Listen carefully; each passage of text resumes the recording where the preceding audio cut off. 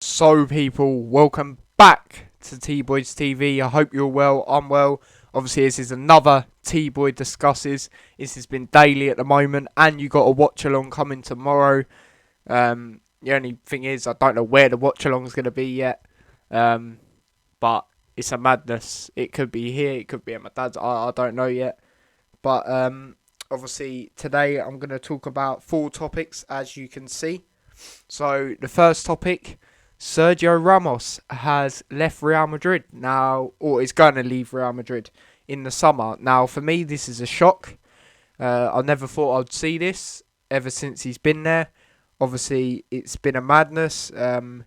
There was statement and departure, press conference type thing that was held today, all about it. And it was just basically a goodbye, tribute, farewell, all of that. But it's been a madness. He's been at Real since 2005, came from Sevilla, and has made 671 appearances for Real Madrid, which is crazy. And obviously he's won the league 5 times, 2 Copa del Reys, which I believe is like their FA Cup basically. 4 Champions Leagues, one of them against Liverpool, you know what I mean, it's peak. And 4 Club World Cups. So, yeah, and also this ain't really to do with Real Madrid, but then again it is because he was there at the time. He's won the 2010 World Cup, along with back-to-back European Championships in 2018 and 2012. But I think partly the move for him now is due to his injuries. Obviously he's 35 years old as well, so he's getting on a bit. Gets loads of muscle injuries and knee problems and, you know, all of that. And just quickly, I'm watching the Ukraine-North Macedonia game. It is on while I'm uploading this video. And North Macedonia have just scored a penalty, so it is 2-1. So, yeah, it's a very interesting game. I'm not going to lie, I would have said the game 1-1. But, yeah, the game's on there. But, yeah, it's going to be interesting to see where Ramos goes. Apparently loads of clubs are looking at him now. They're not saying who, from what I can see. He's just going to be a free agent. Now, this probably won't happen, because obviously we've got Konate in, but would I like to see him at Liverpool? Now, I've said it before, I think he is the best centre-back in the world, if I'm being totally real right now. But I wouldn't take him. I'm being dead serious. I would not take him. Partly because of the defenders we've got now. Like, we've got too many. Like, I saw that song, too many men. You know what I mean? And obviously, Konate's coming. But the main reason I would not take him, like, yes, I know he's a sensational player, but he gets bare cards. Like, yellow cards, red cards. Like, he's got so many in his career. And plus, he is getting to that age where he does tend to get injured a lot. So, for me, I would not take him at Liverpool. But yeah, it'll be interesting to see where he goes. It'll be interesting. I do think he would be able to play in the Prem. Seriously, I think he is quality. But it's just the injury part and the card part. Like, will they take a toll? Like, well, mainly the injuries. But yeah, man, it's one of them things. But yeah. So, people, the next topic, Buffon is returning back to Parma 20 years after he left for Juventus. So, obviously, Parma will be gassed that he's returning. He's a brilliant keeper. Still at that age, he's definitely still up there with that level of the best keepers in the world. But yeah, I'm not gonna go on about this topic too much because, you know, it's not like I watch the Italian league that much, you know what I mean? But yeah, man, as I said, it'll be good for Parma. Hopefully he can help them out, which I think he will. Bring in the experience, the leadership, the desire to try and progress and maybe win a trophy or something. But yeah, man, good to see him back where he was before, you know what I mean? And he's had a brilliant 20 years at Juventus, winning the league, I don't know if he's... No, he ain't won the Champions League, but yeah, man, he's a sensational keeper, like, still at his age now. So yeah, as I said, hopefully he can do something for him.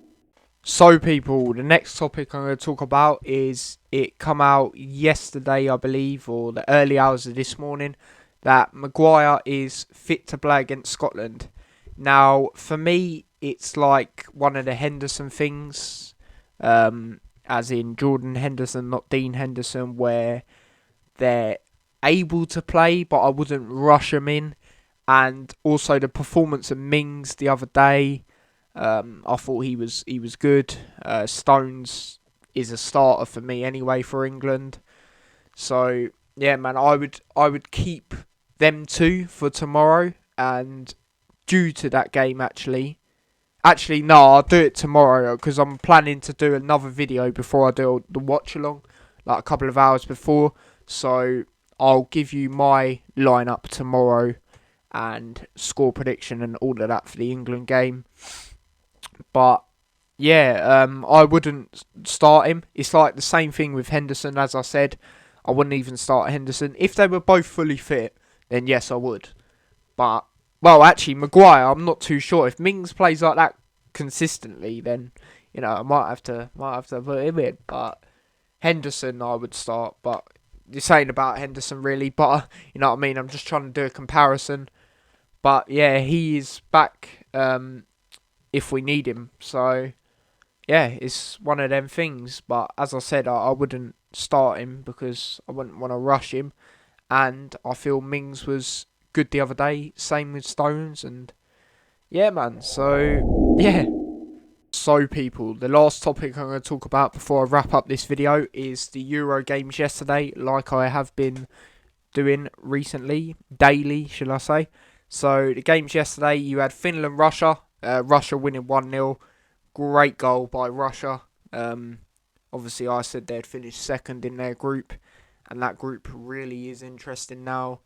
Because if you look at it, you have Belgium top with 3 points. Better goal difference than Russia and Finland, who are also on 3 points. Denmark on 0. And Belgium and Russia are playing tonight. I will get my score prediction in for that in a bit. But yeah, man, that group looks like how I could say it would be maybe. But, well, maybe not with Denmark and Finland, but the top two, it could look that way. Finland didn't look too great, if I'm being honest. But, yeah, there was nothing to really talk about except the goal, really, in that game, if I'm being honest. The other game, now, this was a shock. For me, some people probably not because Turkey was so poor in the first game, but it finished in Baku. Turkey 0, Wales 2. Ramsey and what's his name? Callum Roberts, I believe. Connor Roberts. Sorry, getting the goals. Great goal by Ramsey. Great pass by Bale as well. The pass was exceptional. So was the touch. It's like that time when Ramos. No, not Ramos. Was it Ramsey involved in that Arsenal player, or was it Jack Wilshere? Might be Jack Wilshere, actually. So ignore what I'm talking about there. But we have to admit Turkey were poor, but you can't take away Wales getting 2 goals, like both decent goals as well. But also Ramsey had a shocker before he scored. He put it way over the bar, 1-on-1. And Bale missed a penalty as well. Shocking penalty. Absolutely shocking penalty. I was about to say player then. But yeah, Morel for another Luton player. Looked like he was good. Again, didn't even come off. Played a full 90 minutes, so fair play to him. But Turkey going forward, they were poor. Like, they didn't really provide anything. They were just boring. But something about them, I do think if they had Sionchu and Kabak at the back, not just Sionchu, I think they would be better. Kabak was on the bench, but he didn't come on. So, It is what it is, but that group is looking like it will be Italy and Wales that go through. Obviously, I said Wales bottom. They've proved me wrong. But then again, it depends how Wales do against Italy, because if they concede a lot of goals, like it, and Switzerland beat Turkey, but it depends how the goal difference really. But from how I see it now, I have to be real. It does look like Italy and Wales. Obviously, Italy top with 6 points, Wales second with 4, Switzerland third with 1, and Turkey bottom with none. And loads of people, including myself, put Turkey as dark horses, and the way they performed in both games, they haven't even scored a goal. It just makes me and the people that said that look like idiots. But yeah, and then the last game that happened yesterday, Italy playing Switzerland. Italy getting another 3-0 win. That's back-to-back 3-0 wins. Now they are looking good. We have to be real. They are looking like other people's dark horses. People said they're looking on smoke. I'm not even going to lie. Goals from Locatelli, who's looking very good in this tournament. 2 goals for him, and Immobile again. They got a goal early on, Chiellini, but it was offside. It hit his hand. But Switzerland, not good enough either.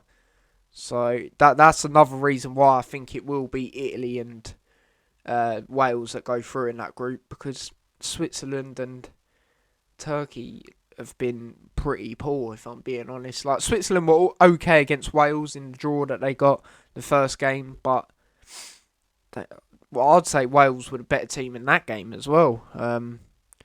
Italy maybe a little... No, not Italy, sorry. Switzerland may be a bit lucky to get a point. But, yeah, man, that's what I think is happening in that group, Italy and Wales. And then moving on to today's game, obviously earlier on I said I'm watching the Ukraine-North Macedonia. That is still going on. It's currently 2-1 to Ukraine. They went 2-0 up.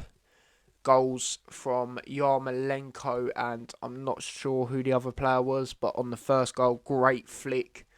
I'm not sure who it was that set Yarmolenko up, but it was a pretty tight angle to try and get the finish in, and he did. Keeper nearly saved it, but not nearly enough, you know what I mean? And then North Macedonia getting a goal, penalty, Alioski. And actually, I didn't even talk about the Ukraine second goal. Through ball, player just timed his run right. The defending was poor. It was too much of a high line, which made it easy for Ukraine to get through and get the goal. There's currently a VAR going on. I'm not too sure what for. Potential handball, potential penalty. They have gone to the screen. Now, for me, that is face protection, if I'm being honest. But you know what VAR's like. It's an absolute joke. But we are about to find out. But while we're about to find out, I'm going to give you my score predictions for today's games. So we have Belgium-Denmark. Now, for me, due to what happened to Eriksen, I think that's going to play a massive part. So I think Belgium will win. And I think Belgium are a very good team, very good threat. Lukaku, is he going to be on job again? Obviously getting 2 goals last time out. And it is a penalty, by the way, to Ukraine. I'm not sure about that one, I'm not going to lie. But I'm going to say for Belgium, I'm going to say, what was their score last time out? It was 3-0, that was it. I'm going to say 3-1. 3-1 Belgium. As I said, I think the Eriksen thing will take its toll on the Denmark players. And obviously he is their main player, their best player, their captain, I believe. So, yeah. And then Netherlands, Austria. Now, for me, Netherlands are going to get the win. I think it'll be 2-0. Actually, no, 2-1, because you can come at Netherlands' defence. And what a save by the North Macedonia keeper. It's good he saved that, if you ask me, because I don't think that was a penalty. But yeah, I think the Netherlands team will be a little bit too much for Austria. So I'm going to say 2-1. But yeah, they're my score predictions and me talking about yesterday's game. Tomorrow, the video will be, before I do the watch along, will be talking about the games that happened today. And it will be my score predictions for tomorrow's games. And a sort of preview for the England one. Let me just check what time the other games are, because one game might be going off like this game is currently while I'm uploading this video. Sweden, Slovakia, because it'll probably be round about the same time tomorrow that I upload. Sweden, Slovakia at 2, Croatia, Czech Republic at 5, and then our game at 8. So yeah, I'll give it a little match preview tomorrow. But if any topics that like fairly interesting topics come out, I'll talk about them. If not, I'll just talk about the Euro games today and give you a little England preview. So yeah, people, I hope you've all been enjoying the content recently. Let's get more likes on these videos that I've been doing now. I've been non-stop uploading since Saturday, and to see that I'm getting decent views, but not really any likes. Come on, people, let's sort that out. But yeah, big up everyone that's subscribed. We're still on the same amount of subscribers, which is 212. But keep doing your thing, you know what I mean? Liking, subscribing, sharing, all of that helps me out, and I appreciate it so much. So yeah, until tomorrow, I will catch you guys in a bit. So take care and peace.